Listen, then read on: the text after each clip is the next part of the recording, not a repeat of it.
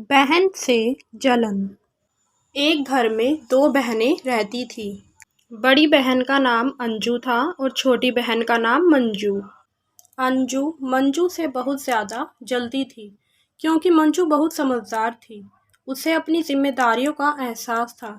इनके पिता के देहांत के बाद मंजू ने ही पूरे घर की जिम्मेदारी उठा रखी थी, तो मंजू की माँ उसकी बहुत तारीफ करती थी।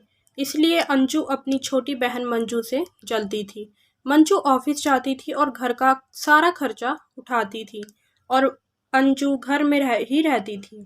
ऐसे ही एक दिन मंजू को सैलरी मिलती है, तो मंजू घर का सारा सामान लेते हुए आती है, सब्जियां, किराने का सामान, सब कुछ।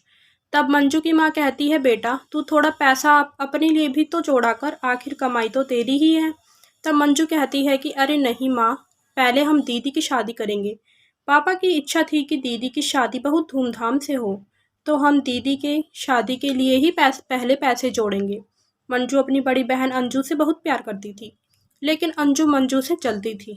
ऐसे ही अंजू मंजू से कहती है कि मेरी क्रीम खत्म हो गई है, तुम लेकर आई। तब मंजू कहती है, अरे दीदी इतना सामान था, मैं तो वह भूल ही गई।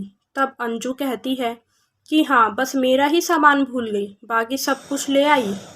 तब मंजू बड़े प्यार से कहती है, अरे दीदी मैं आपके लिए कल लाकर दूंगी ना, आप चिंता मत करो।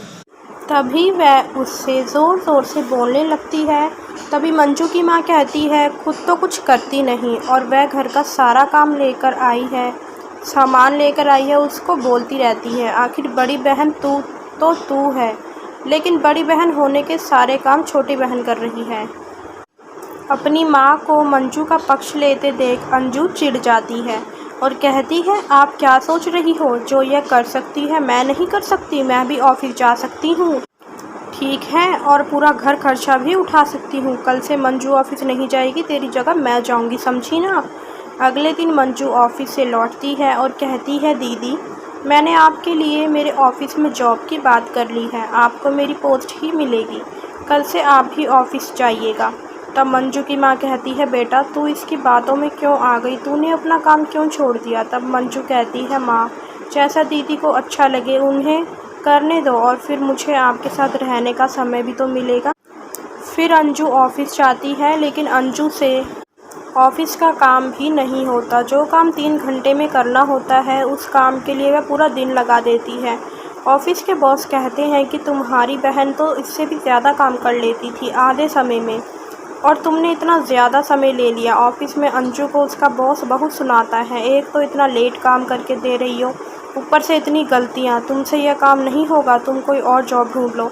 फिर अंजू ऑफिस से लौटते वक्त घर के लिए सब्जियां लेकर आती है, उसमें भी उसे बहुत देर हो जाती है। घर आकर अंजू की माँ कहती है, कितनी देर में आई है, ऊपर से इतना काम, सामान, आधा सामान तो लाई ही नहीं। अंजू कहती है, क्या माँ, पहले ऑफिस में इतना काम, ऊपर से बॉस की डांट सुनो, उसके बाद मार्केट जाओ, शॉपिंग करो, मुझसे यह सब नहीं होगा, फिर तुम ताने मारती हो आने के बाद। तो अंजू की माँ कहती है, लेकिन मंजू भी तो यह काम खुशी खुशी करती थी, लेकिन तुझे वह भी बर्दाश्त नहीं था, तू उससे जलती थी और उसे रोज़ ताने मारती थी। तब अंजू को गलती का एहसास होता है और वह कहती है, हाँ मैंने अच्छा नहीं किया मंजू के साथ, मैं हमेशा उससे जलती थी, लेकिन वह मुझसे कितना प्यार करती थी, मुझे उससे माफ़ी मांगनी पड़ेगी। तभी मंजू कहती है, नहीं दीदी, आपको माफ़ी मांगने की कोई ज़रूरत नहीं है। तब अंजू कहती है, मंजू मुझे माफ़ कर दो, मैंने तुम्हें बहुत बहुत बुरा भला कहा।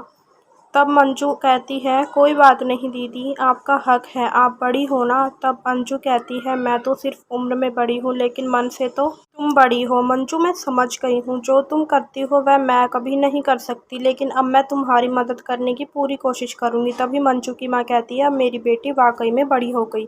तो दोस्तों, आपको कहानी पसंद आई है तो इसे लाइक करें और हमारे चैनल को सब्सक्राइब करें। धन्यवाद।